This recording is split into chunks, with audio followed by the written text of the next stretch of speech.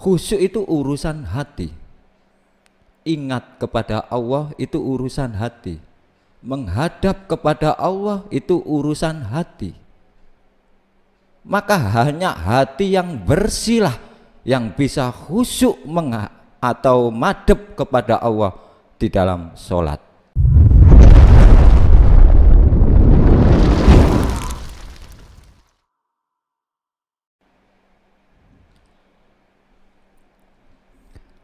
Assalamualaikum warahmatullahi wabarakatuh. Bismillahirrahmanirrahim. Alhamdulillahilladzi huwal ahad al-wahidus somadu yahdilir rasyad alladzi lam yalid walam yulad walam yakul lahu kufuwan ahad. Allahumma ya aliyu ya adim sholli ala sayyidina Muhammadin dzil qadril azim wa ala alihi wa sahbihi wa barik wa sallim wahdina wa binas syiratal mustaqim. Amma ba'du. Hadratal mukarramin, para alim ulama, para asatid wal asatidah, khususnya kepada beliau Al-Mukarram Bapak Kyai Haji Muhammad Heru Sujiharnato selaku pengasuh Yayasan Al-Ma'ruf dan juga Alam Hikmah yang saya taati dan yang saya muliakan. Hadirin wal hadirat, khususnya kepada Bapak Ketua Yayasan Al-Ma'ruf Bapak Muhammad Siddiq Purnomo, Haji Siddiq Purnomo yang saya hormati, dan juga admin Alam Hikmah yang saya hormati pula. Hadirin wal hadirat dan juga pemirsa di rumah dimanapun Anda berada yang saya hormati. Mengenai uraian tasyakur serta sanjungan sholawat dan salam keharibaan Allah wa rusulihi sallallahu alaihi wasallam, saya makmum di belakang hadirin wal hadirat.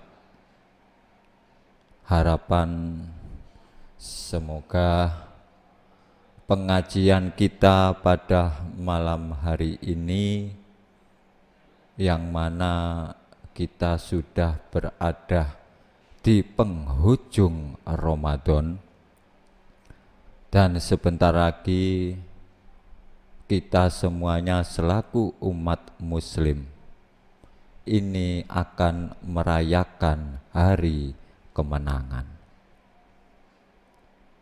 Kami berharap semoga hari kemenangan yang bukan semu, kemenangan yang hakiki, menang terhadap dirinya sendiri, menang terhadap musuh terbesar bagi manusia, yaitu nafsu yang ada di dalam diri kita masing-masing.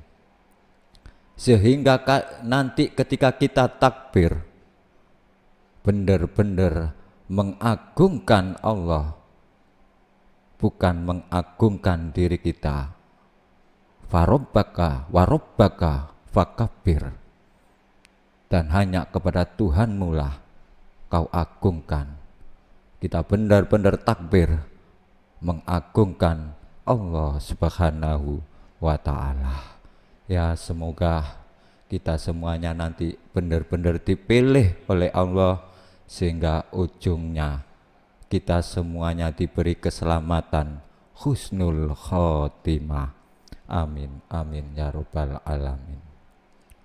Hadirin wal hadirat dan pemirsa di rumah dimanapun Anda berada, meneruskan pengajian yang kemarin, yaitu masalah sholat, yang mana sholat itu memiliki ruh yang namanya khusyuk atau madhep kepada Allah, menghadap kepada Allah. Ini saya ulas sedikit saja ya, biar nyambung dengan bahasan yang kemarin. Jadi ruh yang disebut khusyuk itu adalah ruhnya sholat, nyawanya sholat. Bila sholat itu tidak ada khusyuk, maka sholatnya tidak manfaat. Seperti halnya kita manusia yang memiliki tangan, yang memiliki kaki, yang memiliki telinga, memiliki panca indera. Ini dikatakan manfaat bila ada nyawanya. Tapi apalah arti suatu jasad yang nampak ganteng, yang nampak cantik, memiliki tangan, memiliki telinga, bila ruh atau nyawa sudah keluar dari jasad atau yang disebut mati, maka tidak lagi manfaat paras yang ganteng, paras yang cantik, bahkan telinga sudah tidak manfaat, tidak bisa dibuat untuk mendengar, kedua tangan tidak bisa dibuat untuk bergerak, karena sudah tidak ada ruh di dalam jasad itu sendiri. Begitu pula masalah sholat. Bila sholat tanpa khusyuk, yang mana khusyuk adalah rohnya sholat, maka sholat apapun yang kita lakukan tidak manfaat. Artinya tidak manfaat, sholat itu tidak mampu mencegah perbuatan keji dan mungkar, tidak menjadikan kita tambah semakin dekat kepada Allah, malah semakin jauh dari Allah Subhanahu wa ta'ala. Sedangkan khusyuk di dalam sholat, khusyuk itu urusan hati. Ingat kepada Allah itu urusan hati, menghadap kepada Allah itu urusan hati. Maka hanya hati yang bersihlah yang bisa khusyuk atau madhep kepada Allah di dalam sholat.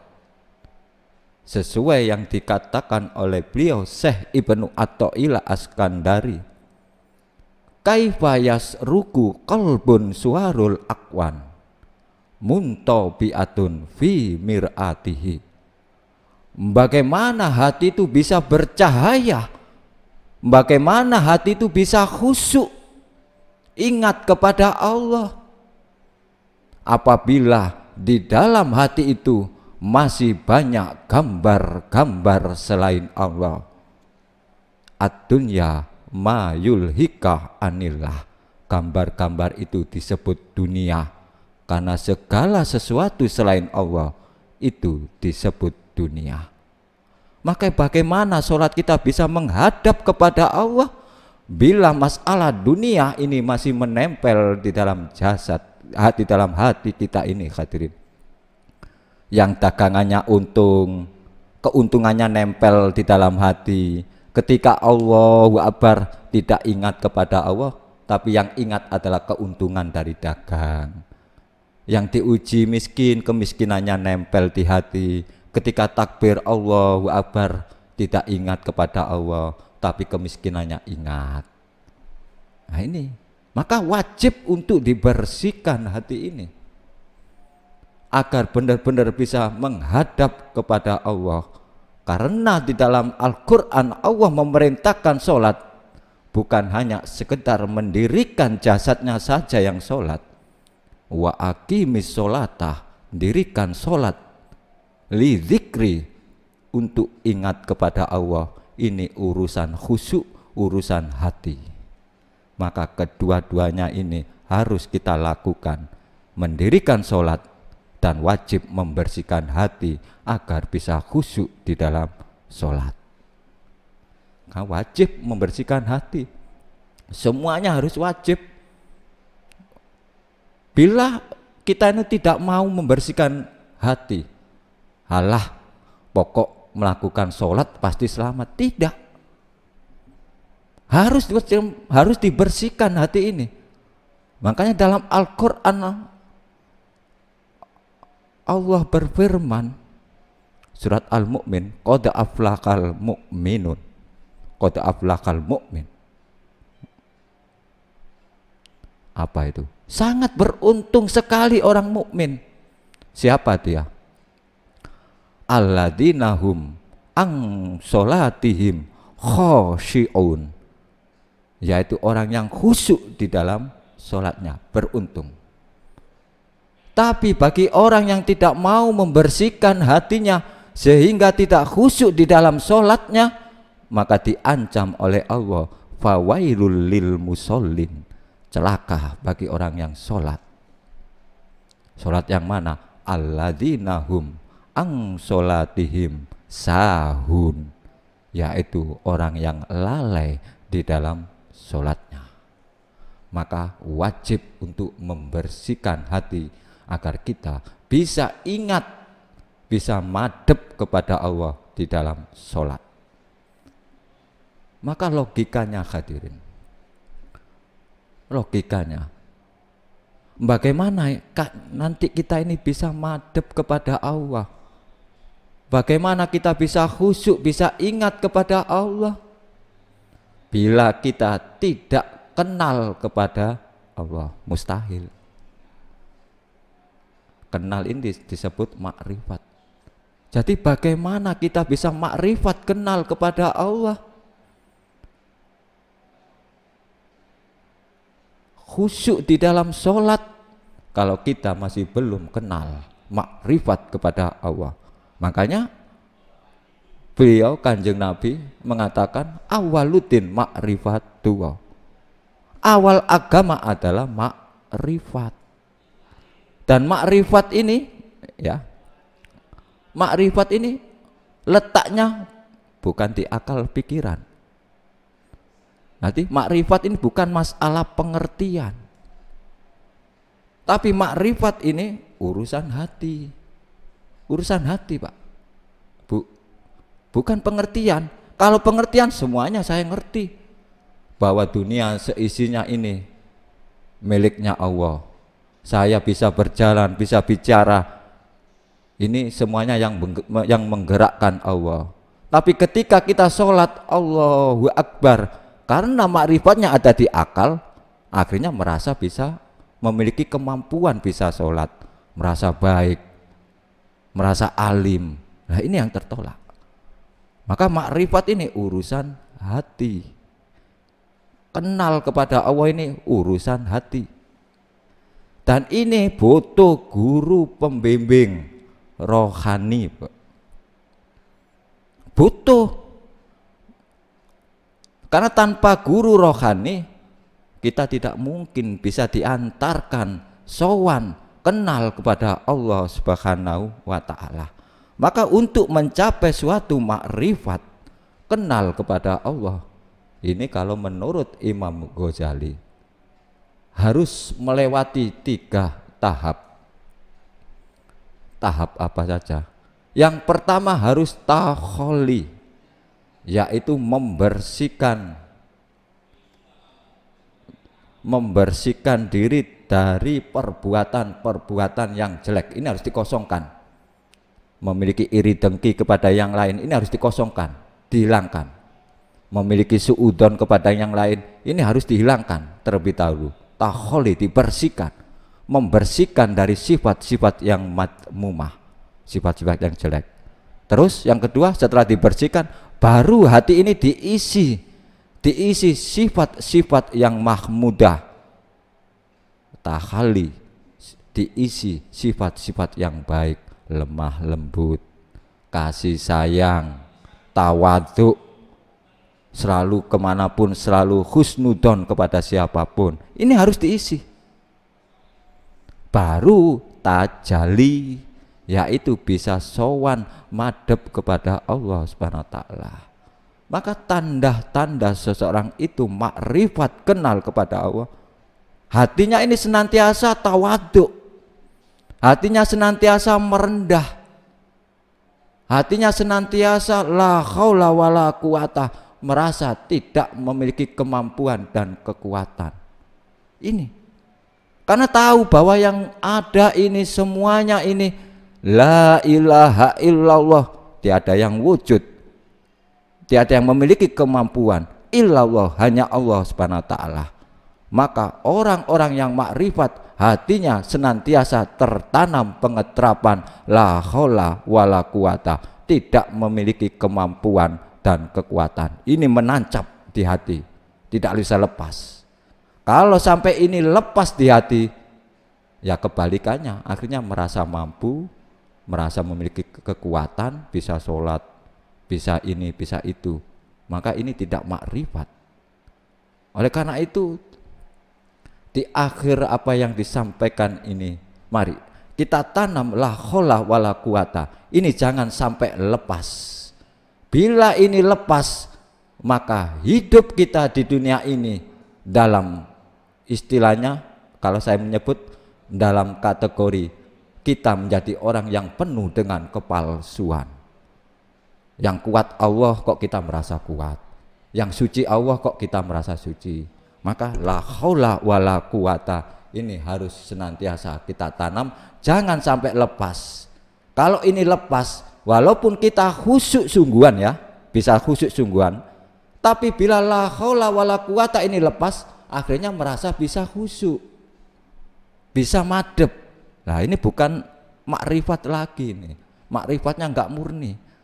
Jadi orang makrifat itu hatinya senantiasa nol, merasa tidak memiliki kemampuan dan kekuatan. Ini yang harus kita tanam, hadirin.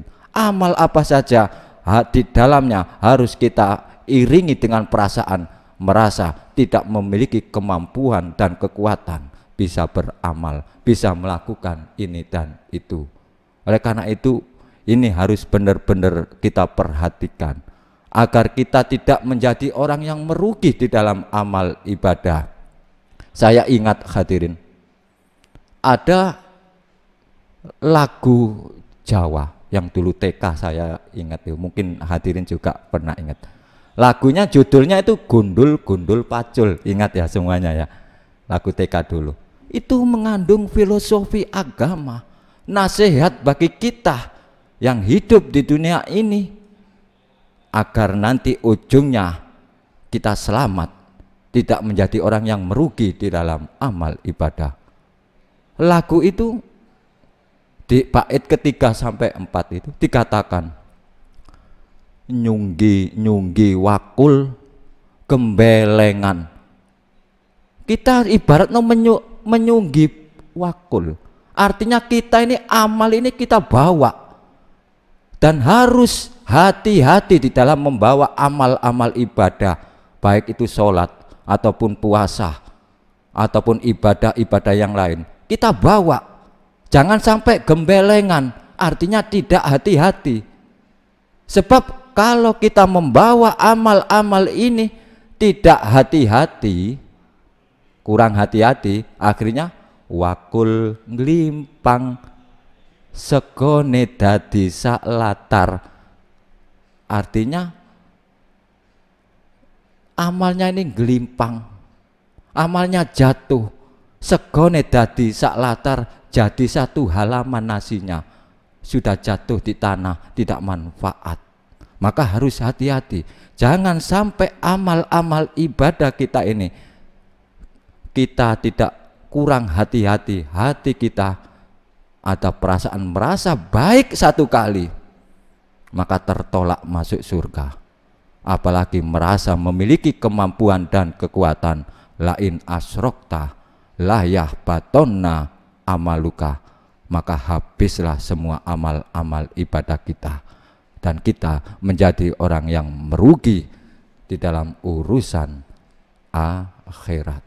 Oleh karena itulah hadirin wal hadirat yang saya hormati, ya harapan walaupun ini pengajian yang sangat singkat sekali, mudah-mudahan masih membawa barokah bagi kita semuanya, menjadikan bekal kita semuanya, sehingga ujungnya kita benar-benar diridhoi oleh Allah Subhanahu wa taala, dipilih oleh Allah, sehingga nanti kita tergolong golongan orang-orang yang diselamatkan oleh Allah Subhanahu wa taala. Amin amin ya rabbal amin. Segala kesalahan dan kekurangan saya mohon maaf yang sebesar-besarnya. Akhirul kalam, wassalamualaikum warahmatullahi wabarakatuh.